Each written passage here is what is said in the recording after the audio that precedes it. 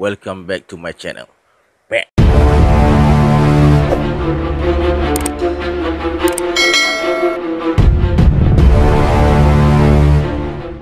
Terima kasih guys sebab dah klik video ni. Yang mana belum subscribe tu, please subscribe guys. Jangan lupa tekan lonceng notification sekali supaya korang akan dapat notification bila aku upload video nanti.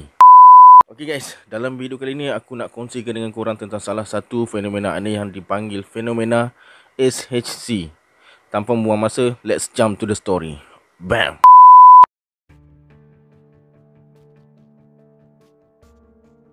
Ok guys, dalam banyak-banyak fenomena pelik yang aku baca, fenomena ni yang bagi aku tertarik nak kongsikan dengan korang. Korang pernah dengar tak fenomena Spontaneous Human Combustion atau nama pendek dia SHC? SHC ni satu fenomena di mana manusia terbakar secara tiba-tiba. So kalau korang tengah lepak tengok TV pun, badan korang boleh terbakar guys.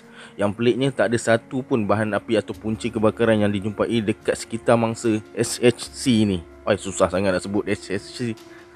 Lebih pelik lagi, seringkali tubuh mangsa yang terbakar tu didapati hangus, tapi objek di sekitarnya tidak mengalami sebarang kerosakan, seolah-olah tidak tersentuh api sama sekali guys. Fenomena SHC ni pertama kali berlaku apabila seorang ahli anatomi Denmark bernama Thomas Bartholin mendedahkan pada umum pada tahun 1663. Kejadian aneh ni melibatkan jasad seorang wanita yang tinggal di Paris, ditemui hanya tinggal abu di tempat tidurnya. Anehnya guys, hanya abu tu je yang berasap, tetapi cadar dan katil sama sekali tidak terbakar guys. Pada tahun 1763, fenomena ini mula mendapat perhatian ramai apabila seorang lelaki Perancis bernama Jonas Dupont membukukan peristiwa yang melibatkan SHC ini berjudul The Incidents Comparis Humani Spontaneous. Macam aku cakap. Okay. Charles Dickens, seorang sastrawan dan pengarang terkenal, turut menulis fenomena ini di dalam novelnya yang berjudul Bleak House. Disebabkan pelbagai peristiwa tu guys, para ilmuwan mula melakukan kajian secara serius mengenai SHC ni untuk mengetahui lebih lanjut punca kejadian tu. Hasil kajian tu cukup mengejutkan guys. Ternyata fenomena SHC ni telah banyak berlaku tetapi banyak yang tidak diketahui umum. Misalnya dilaporkan pada tahun 1731, seorang wanita yang dikenali sebagai Countess Cornelia dari Itali ditemui meninggal dunia akibat terbakar di lantai bilik tidurnya. Ketika mayatnya ditemui, kaki wanita tu masih berstokin dan sebahagian kepalanya masih berkeadaan baik guys. Peliknya, anggota badan lain semuanya hangus. Kes itu dianggap membingungkan kerana biasanya dalam kes kebakaran rumah, anggota badan yang terlebih dulu terbakar guys. Tapi dalam kes ni, badan mangsa je yang terbakar menjadi abu, namun kaki dan kepala masih elok. Kejadian aneh melibatkan SHC ni susah diterima akal disebabkan kejadian itu boleh berlaku secara mengejut guys. Misalnya pada 27 Ogos 1938, Phyllis Newcomb dengan tunang dia, Madge Knight, baru saja meninggalkan majlis pada tengah malam di Chelmsford. Tiba-tiba gaun yang dipakai oleh Phyllis diperbuat dari bahan crinoline. Crinoline. Okey, crinoline ni selalu orang buat baju gaun kahwin guys. Kain dia macam ni. Macam ni, aku tak tahu apa sebut dia, crinoline ke crinoline ke kan. Okey guys, sambung. Gaun tu terbakar secara tiba-tiba guys. Bagaimanapun dia sempat menanggalkan gaun tersebut tetapi mengalami kecederaan parah dan dihantar ke hospital. Beberapa jam kemudian dia disahkan meninggal dunia guys. Satu lagi kejadian melibatkan seorang wanita sedang menari dengan pasangannya di dalam sebuah kelab malam. Sedang asyik menari, tiba-tiba tubuh wanita tersebut dijilat api guys. Akhirnya dia meninggal dunia di dalam kelab malam tu sebelum api berjaya dipadamkan. Kejadian yang berlaku pada tahun 1950 di London tu tidak berjaya diselesaikan oleh pihak polis. Siasatan yang dijalankan gagal menemui penyebab wanita itu terbakar guys. Berdasarkan keterangan saksi, tidak ada sesiapa yang merokok dalam kelab malam pada waktu tu selain tidak ada lilin yang terpasang di atas meja guys. Selain kes tu, pada Oktober 1963, seorang lagi mangsa, Olga Wood, pula meninggal dunia kerana terbakar hidup-hidup di dalam keretanya guys. Dalam kereta guys berbakar. Apa?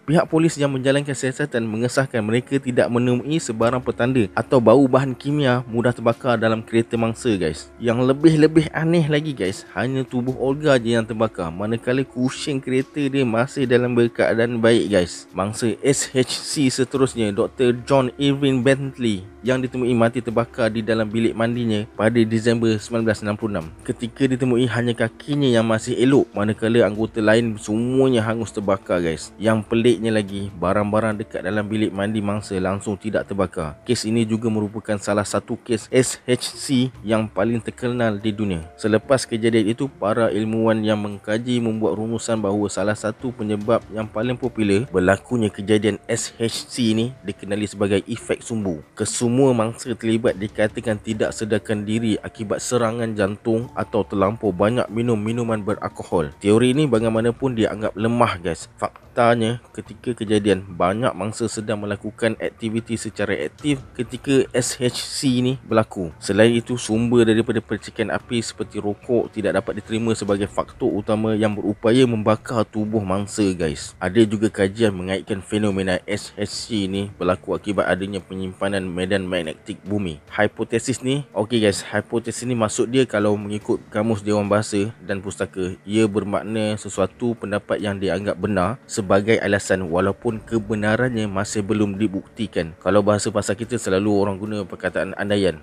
Faham?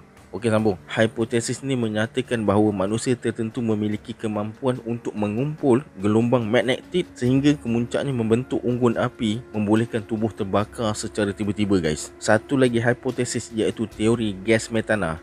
Gas metana ni kalau korang terlebih hidu guys, boleh pengsan atau meninggal dunia. Macam kes dekat sekolah Taman Pasir Putih dekat Pasir Gudang tu. Okey, sambung. Satu lagi hipotesis iaitu teori gas metana dan aliran elektrik statik dalam tubuh manusia dikaitkan dengan mangsa SHC ni. Teori ini mengatakan SHC terjadi ketika gas metana ini bercampur bau dengan elektrik statik di dalam tubuh mangsa sehingga menghasilkan ledakan api. Teori ini agak diterima akal, namun persoalannya, bolehkah elektrik dan gas metana di dalam tubuh dapat mencipta letupan berbola api sehingga mangsa menjadi abu? Sehingga kini guys, fenomena api membakar tubuh manusia secara tiba-tiba masih menjadi misteri yang sukar dirungkaikan oleh para saintis dan ilmuwan. So macam mana guys? Bahaya juga fenomena ni kan?